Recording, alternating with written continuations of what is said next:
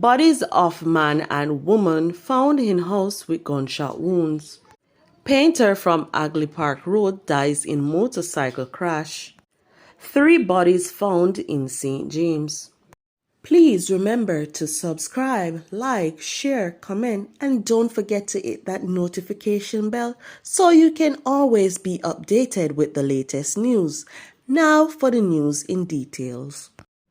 The St. Anne police are probing the suspected murder of a couple whose body was found at a house in St. Anne's Bay, St. Anne on Friday.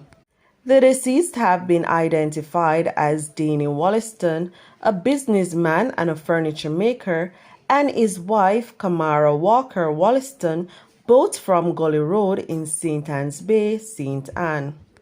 Reports are that shortly after 4 p.m. on Friday, the daughter of the two returned home and made the gruesome discovery. An alarm was raised and the police were alerted to the scene.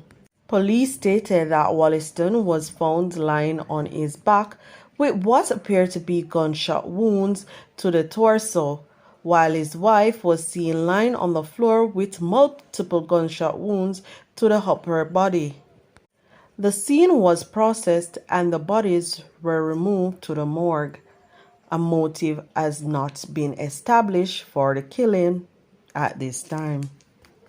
Investigators assigned to the St. Andrew South Police Division are probing the circumstances surrounding the death of a painter of Agley Park Road, Kingston 11, who died as a result of injuries he received in a motor vehicle accident on East Avenue in the parish on Friday, May 12. Reports from the Hunts Bay Police are that at about 1:20 p.m., White was driving on a motorcycle along the roadway. On reaching a section of the roadway, he lost control of the vehicle and collided into a wall and a utility pole.